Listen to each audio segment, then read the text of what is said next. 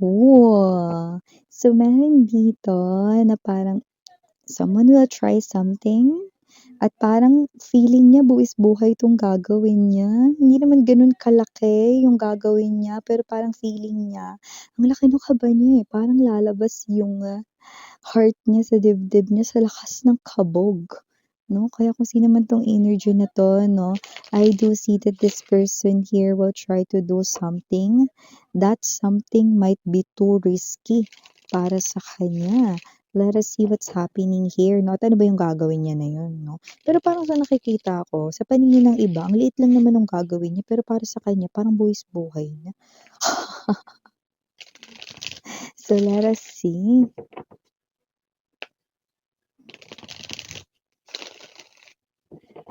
Okay.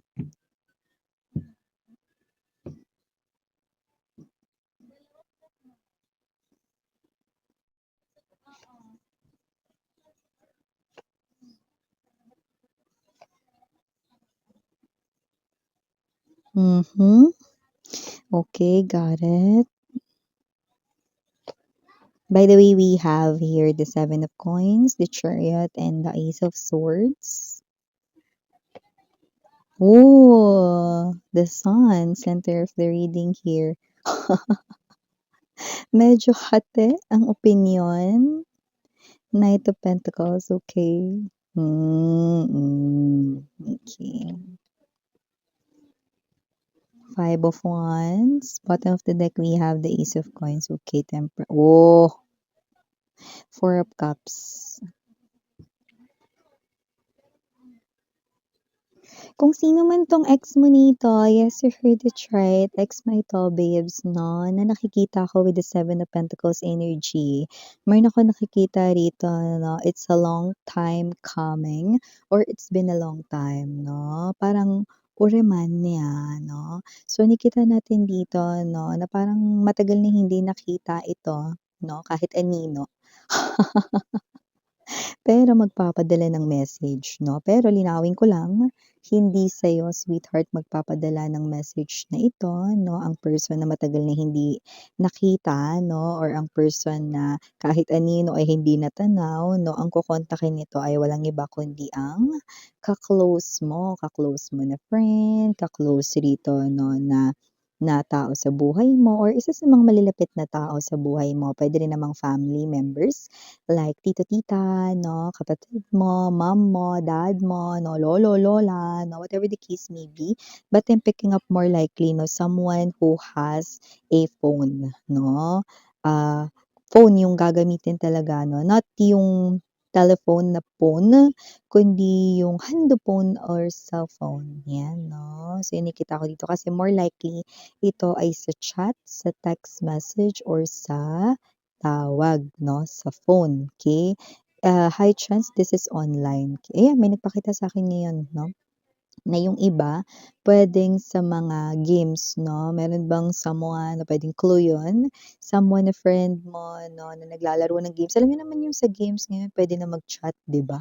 Nakakaloka nga sa advance ngayon ng technology 'no, puwede mo na ring kausap yung kalaro mo. Sabagay nung mga time na nagko-crossfire kami mga babes, so sigawan lang sa computer shop, eh. Oo, nagdo-Dota ako dati 'no. Laman ako ng computer shop dati kasi wala pa kaming computer dati, ano. Pero hindi ako ano, bulakbol, after klase yun 'no, naglalaro ko niyan 'no. Elementary 'no, 'yan hanggang high school 'no, yung mga ka-Dota ko. Crossfire 'no, 'yan 'no, yun yung mga times na puwede ka sumigaw kasi nandun lang naman sila katabi mo, 'di ba? Pero ngayon 'di ba sa super advanced ng technology, puwede mo ng, um, ka-loudspeaker 'no, kahit na malayo pa yung bahay nung kalaro mo 'di ba, "Oh, dun sa kaliwa, kaliwa, kaliwa, wag ka diyan." You know, 'di ba? Galit na galit. So puwedeng, sila rito ay, puwedeng magkalaro 'no, or doesn't have to be na teammates 'no. Pero alam mo naman 'no, sa mga laro 'no, puwede mong kalaro talaga rito lalo na pagka may account din sa same na laro. 'di ba? So, yung iba gano'n baka naglalaro itong ex mo na ito kahit ano naman, 'di ba mga laro ngayon 'di ba, COD, Call of Duty 'no, what else 'no, Ragnarok, okay? We also have Dota pa rin today 'no, and DML, okay, Clash of Clans, 'di ba? Mga ganyan. So, whatever the case may be, may mga games 'no, at I think yung iba dun ipapadaan 'no, yeah, possible ang chat dun, okay? So, I do pick up pati nga call puwede dun, eh. So, ime-message ng ex mo ang someone nearby or close sa'yo at nakikita ko dito 'no, na siya yung kokontakin at hindi ikaw mismo. Ang nilalaman ng mensahe ay maya-maya lamang. Batiin muna natin lahat. Hi and hello there everyone. My name is Yan. Welcome new subscribers. Returning Isdam buyers, thank you po sa inyong walang sawang love and support for me. And yes, up pa rin po for grab yung ating extension reading for a cost worth 500 pesos that will go directly 'no, sa ating mga, beloved 'no, stray dogs and cats 'no, sa mga charities helping them. At yun nga 'no, i-message lamang ako 'no, sa thehighpriestesstarotKR@gmail.com to avail that extension reading for a cause 'no. Basta i-send niyo lang sa'kin diyaan yung title ng reading na gusto niyong hingan ng extension reading for a cause. Yung mga previous nating mga collective readings 'no, available for extension reading. So, nakikita natin mga babes. Ay, by the way, wala tayong gender dito babae, lalaki, LGBT And yes, kung di niyo pa alam, meron pa po tayong other channel link down below sa ating description box. Kaya kung interesado, click lang yung link dyan para mapunta kayo doon. Araw-araw nag-upload tayo ng collective readings for all signs there. At yun nga 'no, mga babes 'no, wala rin po tayong time period dito pero high chance nangyayari na po ito ngayon 'no, right at this very moment sa kasalukuyang panahon. But for others, maaaring nangyari na, like tapos na. Sa iba naman, posibleng mangyayari pa lang 'no. But definitely, high chance 'no, na kokontakin nitong ex mo 'no, ang someone na malapit sa'yo. Puwedeng hindi mo ka-close pero nakakalapit sa'yo, kilala ka 'no. Someone na puwedeng more likely nasa close friends mo, nasa circle of friends mo, nasa community mo, nasa environment mo, puwedeng katrabaho mo or whatsoever 'no. And ito ay long time message 'no, na parang ang tagal na hindi nagparamdam nitong ex mo na ito, ang tagal na hindi nagpakita, ang tagal rito na kahit anino hindi natanaw or nasinagan 'no, or I mean, nakita yung anino niya like wala din, 'di ba, super tagal. Tapos ngayon may nakikita akong mabilis na paparating 'no, in a flash with the Chariot card energy 'no, Ace of Swords, it's a message. It's a clear message 'no. Okey, kung sino man yung makakatanggap nun, hindi directly sa'yo kasi medyo mahina pa yung loob niya na sa'yo mismo 'no, na i-message ka, okey? So, nakita natin dito 'no, that definitely ang ime-message niya rito ay yung person na nakakalapit sa'yo or malapit sa'yo 'no. So, ikagugulat ng taong ito like, "What? Parang ang tagal na nito, ang tagal hindi nagparamdam nito or ang tagal na simula nung huli naming nakita 'to pero ba't kaya ako minessage nito?" Like, when this, person's name pop out 'no, lalo na kung hindi naman blinak ng friend mo or ng someone na malapit sa'yo itong ex mo na ito 'no, at meron pa rin silang means of, connection na puwede pa rin siyang i-chat or ma-text 'no, lalo na kung hindi naman nagpalit ng number ang iyo rito 'no, na, close person sa life mo 'no, talagang mare-reach out siya dito. Pero magugulat, magtataka with the sun, bakit? 'Yan 'no. May mga taas ang kilay 'no, that with the Five of Swords energy, bakit kaya nito kinakamusta si collective? Yes, kakamustahin ka ng ex mo sa taong ito. Yes, hindi niya makakamusta ikaw ng diretso dahil mahina pa at kulang pa ang kanyang lakas ng loob, but definitely tuloy ang pagme-message niya rito. Ang pagtatanong rito 'no, ay may segue. Kamusta ka na? Una niyang kakamustahin ay yung person na chinat niya or minessage niya at yun nga yung friend mo, family member, relative 'no, or katrabaho 'no, or kaklase, whatever 'no. Nakikita natin dito yun yung una niyang kakamustahin pero si segue, kamusta na si collective? collective, yan oh, may pasundot na gano'n. So nakikita natin dito 'no, na ikaw talaga yung sadya niya at hindi naman talaga niya planong kamustahin.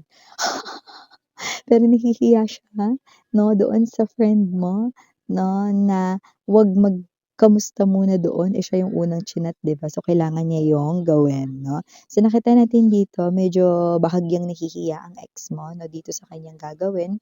Pero wala siyang choice because Queen of Cups, Knight of Cups 'no, nakikita ko na ang person mo ay talagang nasa kanyang emosyon 'no, pagpatungkol sa'yo.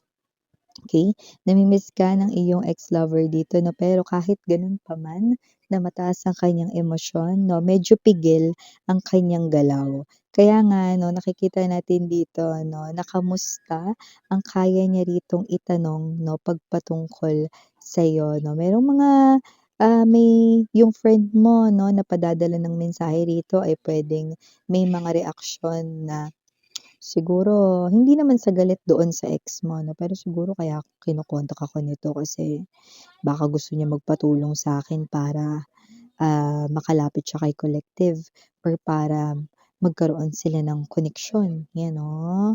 At yung iba naman, naku, tigilan mo na si collective, 'yan 'no. So may mga friend ka or may mga someone close ka dito na parang ang sasabihin ay tigilan ka na 'no, or ba't kinakamusta mo pa, ang tagal mong 'di nagparamdam 'no, or yeah, definitely 'no, negatibo man ang reaksyon ng friend mo or kung sino man ditong family member mo na icha-chat niya 'no, na ka, negatibo man ang kanilang sasabihin sa ex mo or positibo or curious lang 'no, iisa lang ang nasa isip nila, okey? Kasi clear ang message, Ace of Swords.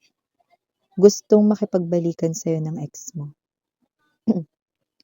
Kaya yung simpleng pangangamusta, kahit na very short lang yon, yun na yung magiging dating ng mensahe ng ex mo sa mga, sa kaibigan mo or sa relatives mo na ito, 'no? Dahil ramdam nila ang energy ng person mo rito na gustong makipagbalikan 'yan sa'yo, okey?